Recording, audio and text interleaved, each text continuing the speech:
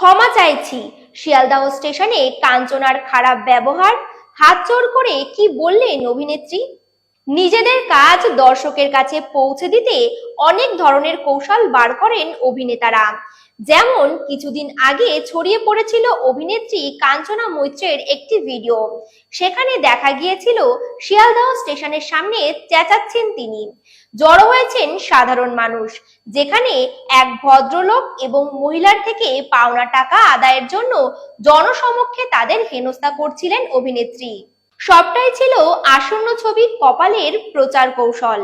কাঞ্চনার কথায় অনেকেই ভিডিওর কয়েক সেকেন্ড বাদ দিয়ে বাকি অংশটুকু পোস্ট করেছেন।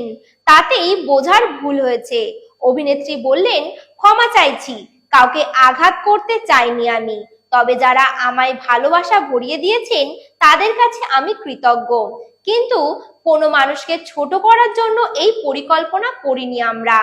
পথনাটিকার মাধ্যমে নিজেদের ছবির কথা দর্শকের কাছে পৌঁছে দেওয়াই লক্ষ্য ছিল তাদের।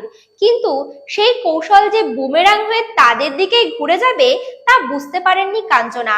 দেখছিলেন Cine Plus, presenting by KB production house. নমস্কার।